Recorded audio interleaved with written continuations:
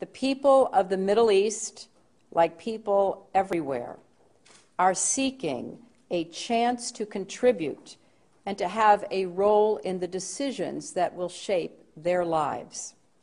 Leaders need to respond to these aspirations and to help build that better future for all. They need to view civil society as their partner, not as a threat.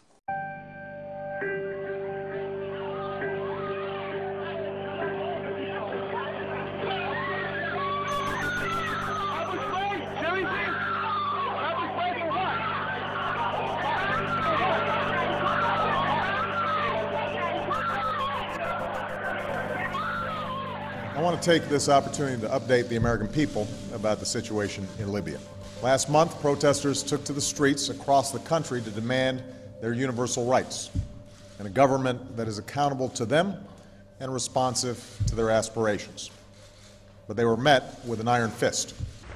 Freedom of assembly, freedom of expression, and freedom of the press. Come here, you want to get arrested or no? Are pillars of an open and inclusive society. There is a clear responsibility by the Egyptian government to hold accountable those responsible for these attacks.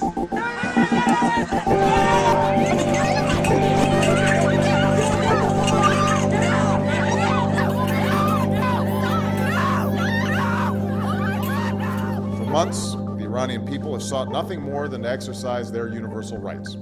We call upon the Iranian government to abide by the international obligations that it has to respect the rights of its own people. We call for the immediate release of all who have been unjustly detained.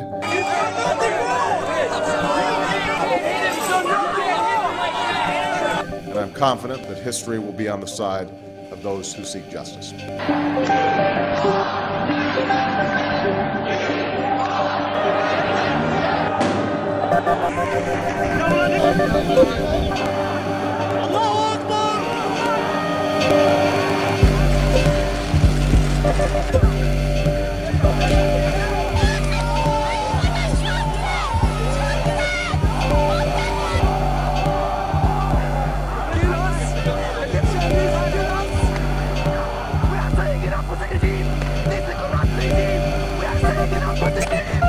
I will not stand by and just watch. I will not do it. So take me to jail right now, because I will not. After all that my parents gave me, I can't do one thing for them and tell them that I would rather die than be quiet and watch everything that they worked for go away. When all of God's children, black men and white men, Jews and Gentiles, Protestants and Catholics, will be able to join hands and sing in the words of the old Negro spiritual. I'm not moving. I'm not moving. And I'm not moving. I'm a law student at George Washington University, and I'm not moving. I will go to jail tonight because it's not right. We are against violence, and we would call to account the Iranian government that is once again using its security forces and resorting to violence to prevent the free expression of ideas from their own people.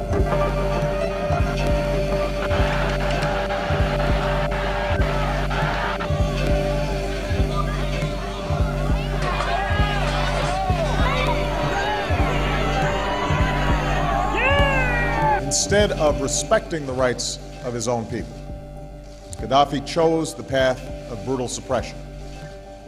Innocent civilians were imprisoned. I have not been read my rights. I have not been told why I'm being detained. We want to know the people who are in there. We want to know all their names, what they're being charged with. And in some cases beaten. You can't breathe, officer. Please get off his neck. I need my inhalant. A campaign of intimidation and repression began.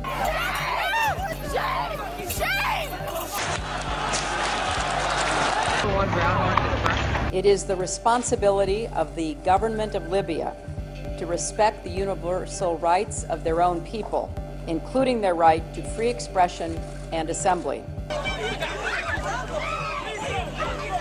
What's his badge number? What is his badge number? Demonstrators have been beaten, attacked. It is absolutely clear that the Syrian government is running out of time. Each new depiction of the abuses of the police on the First Amendment, the more people will show up here in New York City, and the more waves of occupation will spread across this country. And you should be proud of that, police, because you are participating in our media publicity campaign. Thank you for attending. What is absolutely clear is that we are witnessing history unfold.